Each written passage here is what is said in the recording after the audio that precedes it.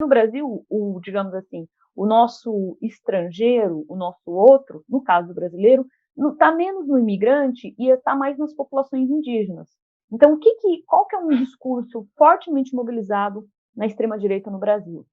É um discurso de que, enquanto os brasileiros estão passando necessidade, estão vivendo crises econômicas, têm que trabalhar, enfim, todo o discurso da situação que a gente já sabe, que é muito difícil, metade da população brasileira está em segurança, está em situação de insegurança alimentar na pandemia.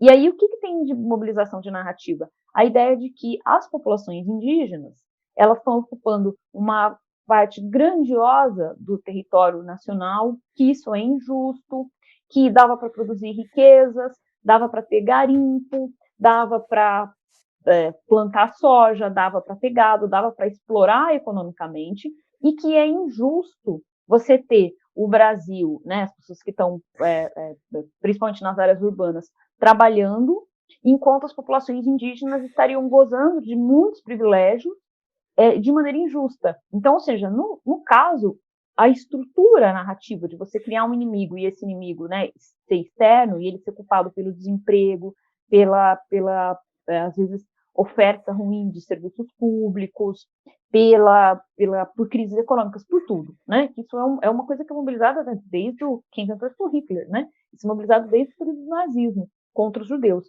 Quando você tem essa criação do inimigo, essa estrutura do inimigo, no caso brasileiro, não funciona dessa forma. A gente, no Brasil, a extrema-direita não consegue muito colar esse ódio aos judeus. Não consegue colar, claro que existe, né? Mas não consegue colar assim, amplamente na população. O ódio contra as populações árabes não cola tanto, né? Ou os japoneses. Mas o que cola? Essa ideia de que o nosso inimigo é a população indígena. Então, são diferentes etnias, então é como se o Brasil estivesse em guerra com ele mesmo, né? Então, se a gente olha e tenta achar exatamente os mesmos atores, às vezes a gente não vai achar.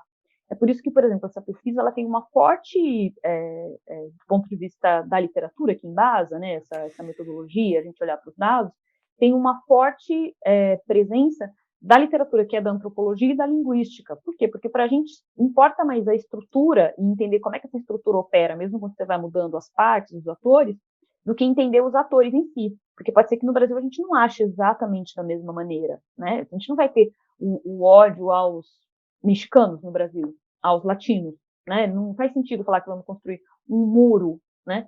Mas faz sentido dizer que tem que acabar com os territórios indígenas. Então, aí é o contrário, não é construir o muro, mas aí você usa, inclusive, um discurso que tem a ver com fronteiras, mas para dizer que as fronteiras têm que ser diluídas e que não tem que ter territórios indígenas, que já tem demais, que já tem muita demarcação de terra e tem que acabar com isso. Lógico que esse discurso ele tem interesses econômicos também, né? Por quê? Porque a gente já sabe que primeiro, né, a gente está vivendo, infelizmente, um processo de genocídio indígena, né?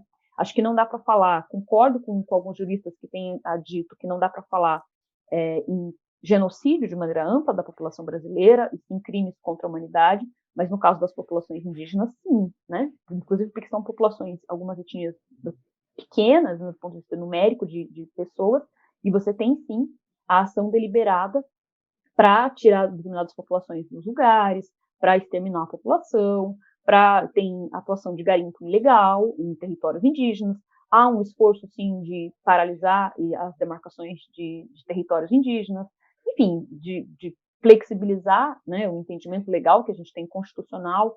Então, no caso brasileiro, a população indígena é o nosso inimigo.